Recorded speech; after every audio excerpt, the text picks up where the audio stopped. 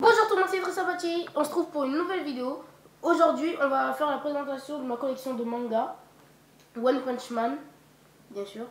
Donc One Punch Man, ça a été l'un des mangas les plus vendus de l'année, pendant un moment. Donc il y a One Punch Man tome 1. Donc, je vais juste vous lire le résumé du tome 1. Ensuite, je vais vous présenter les personnages qui sont sur toutes les couvertures. Donc Saitama est trop puissant, tellement puissant qu'il élimine les ennemis les plus farouches d'un seul coup de poing. Découvrez l'histoire du plus fort des super-héros dans ce manga qui va vous mettre KO. Donc voilà, Saitama, c'est l'homme le plus fort du monde, donc c'est lui Saitama.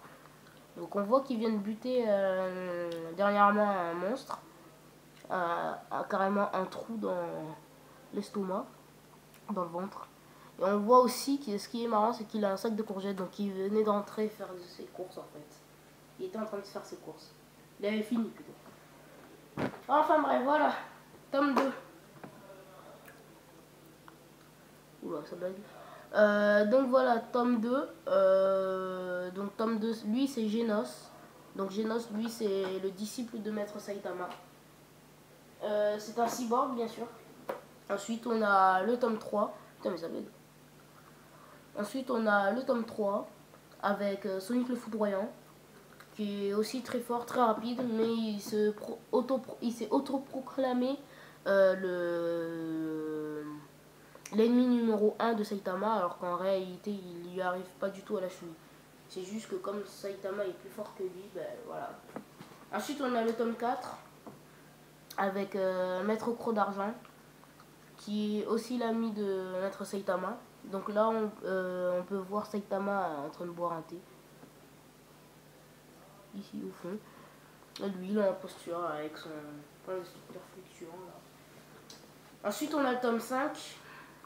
On a le tome 5 avec comment il s'appelle, Bicyclette Man, Roulette Rider pardon. Ouais voilà, Roulette Rider. Donc celui-là c'est le tome 5. Il est bien. Celui-là c'est l'un des tomes que je préfère. Donc voilà. Ensuite on a le tome 6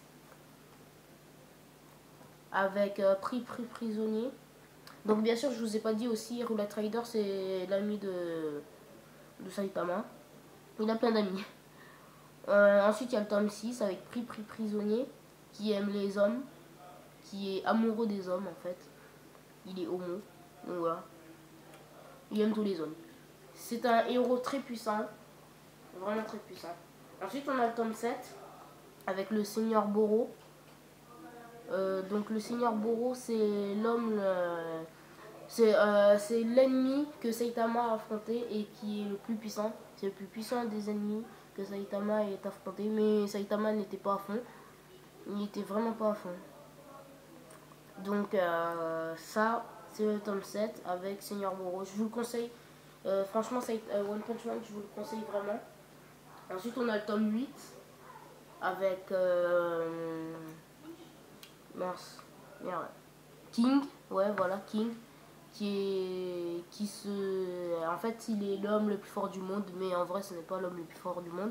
Je veux un peu vous spoiler, en fait c'est une vraie tapette, en réalité c'est une vraie tapette. Il a pas de courage, il chiale en fait, c'est lui King. En vrai c'est une vraie tapette. Ensuite on a le tome 9 avec Fubuki. Fubuki c'est une héroïne, la première de la classe B, un truc comme ça, de la classe A, non, ouais, de classe B, je sais plus trop. Donc elle est très forte, c'est une télékinésiste. Une télékinésiste. Ouais, une télékinésiste, on va dire, ouais, c'est ça. Donc elle est très forte. Ensuite là, on a Tatsumaki. Tatsumaki c'est la sœur de Fubuki. Elle aussi c'est une télékinésiste. Elle est plus jeune, plus petite, mais plus puissante que sa grande sœur. Elle est vraiment très puissante. Ensuite là c'est mon tome préféré, le tome 11. Donc le tome 11, lui c'est Batman.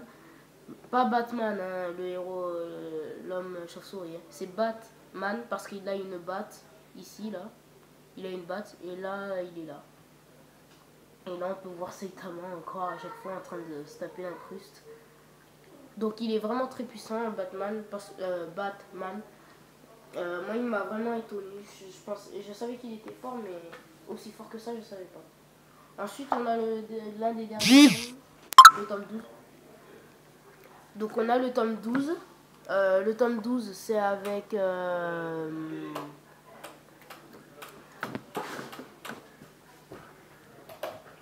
Désolé pour le dérangement. T'es chiant. Bon bref. Là on a le tome 12 avec... comment ça s'appelle, le démon humain Garo.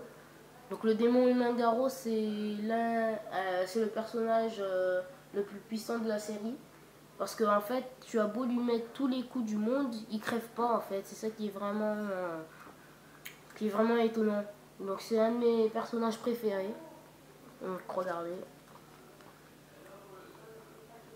Donc en fait, lui, Garo, c'est le disciple de Croc d'Argent. Croc d'Argent, c'est le vieux là. C'est lui.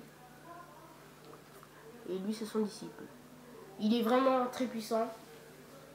Tous les super-héros n'ont pas... Je vais vous spoiler encore un peu, mais si vous voulez pas, quittez la vidéo. Donc Garo, c'est l'homme le plus puissant.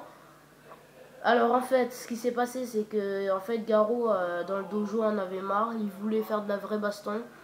Alors du coup, il s'est barré. Et en se barrant, il a détruit tous les disciples de Croc d'Argent. Et du coup, Croc d'Argent, il est tout seul, à part un disciple qui est... Charanko, voilà, Charanko. Donc Charanko c'est le disciple là, ouais c'est le seul disciple qui reste.